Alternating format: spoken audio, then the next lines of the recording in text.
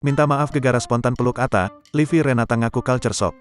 Beberapa waktu lalu, foto Livi Renata dan Atta Halilintar viral di media sosial. Pasalnya, Livi secara spontan memeluk Atta Halilintar di depan umum. Sadar jika tindakannya salah, Livi mengucap maaf dan menjelaskan culture shock yang dirasakannya. Livi Renata merasa tak ada maksud apa-apa memeluk Atta Halilintar. Pelukan itu hanya spontan dilakukannya karena sangat senang bertemu Atta Halilintar. Hal itu lantaran ia akan mempunyai bisnis menjanjikan dengan suami Aurel Hermansyah ini. Meski begitu, Livi Renata mengakui dirinya sudah meminta maaf kepada Atta Halilintar. Permintaan maaf Livi kepada Atta tidak publis olehnya, lantaran menurutnya itu suatu privasi.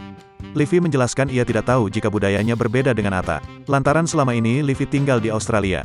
Jadi kan kalau di Australia memang udah biasa melakukan hal seperti itu. Kalau kalian lihat YouTube kan Ai juga suka peluk-peluk orang, beber Livi.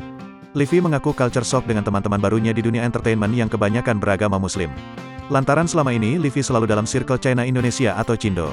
Kendati demikian, Atta tidak mempermasalahkan pelukan yang tiba-tiba dilakukan oleh Livi. Atta juga bisa memaklumi sikap Livi tersebut lantaran melihat budayanya yang berbeda. Melihat video viral Livi, Aurel Hermansyah sebagai istri Atta tidak berkomentar apa-apa. Diketahui keduanya sedang ada bisnis proposal, Atta ada tawaran untuk Livi dengan proyek yang lain.